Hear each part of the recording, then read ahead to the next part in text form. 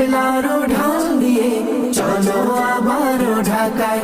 আল্লাহ আল্লাহ জিকিরে পড়বে সারা সব দিকে, আল্লাহ আল্লাহ জিকিরে পড়বে সারা সব দিকে। নারায়ে রিসালাতের ধ্বনি হবে ইজতেমায়, ধ্বনি হবে ইজতেমায়। 3 দিনের ইজতেমা হবে আবারও ঢাকায়। কাফেলারও ঢাল নিয়ে চলো আবারও ঢাকায়।